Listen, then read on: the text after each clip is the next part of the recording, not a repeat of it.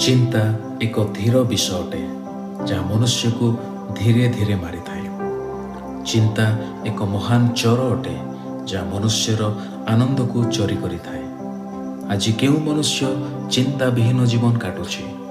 कहार जीवन रे चिंता नाही? एपरि कौनसी व्यक्ति नाही जहाँ जीवन रे चिंता नाही। प्रत्येक मनुष्यर जीवन रे चिंता रही थाए। केही तो अतीतर विषय गुड़ी को नहीं चिंतित तो कई भविष्य को नहीं आउ केतेक सेमानक वर्तमान विषय को नहीं मध्य चिंतित। पैसा रोजगार करने पे कई चिंतित तो पाठ पढ़ा विषय को नहीं चिंतित। विवाह विषय कई चिंतित तो कहीं परिवार विषय को नहीं चिंतित।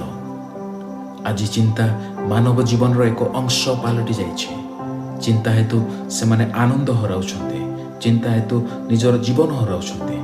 चिंता एपरि एक विषय जहाँ मनुष्य को धीरे धीरे मारी थाए। चिंता आसंता कालीर समस्या को दूर करे नहीं किंतु आजिर शांति को दूर करि थाए। चिंता एपरि एक चोर जहाँ मनुष्यर सुख को चोरी करि थाए।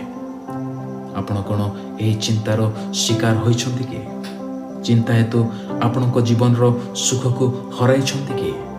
निराश होंतु नहीं। बाइबल रो प्रथम पितर 5 अध्याय 7 पद एही प्रकार कहे, तुम मानक समस्त चिंतार भार ताहांको ऊपर पकाओ कारण से तुम मानक निमंते चिंता करते। प्रभु जीशु ख्रीष्ट आपणक पई चिंता करते। से आपणकर अतीत को जानते, वर्तमान को जानते, भविष्य को मध्य जानते। सही सत्य एवं जीवंत प्रभु आपणक पई चिंता करते और आपणकर जत्न मध्य नियंते। समस्त चिंतार भार प्रभु जीशु ख्रीष्ट ऊपर पकांतो और चिंतारू मुक्ति पांतो।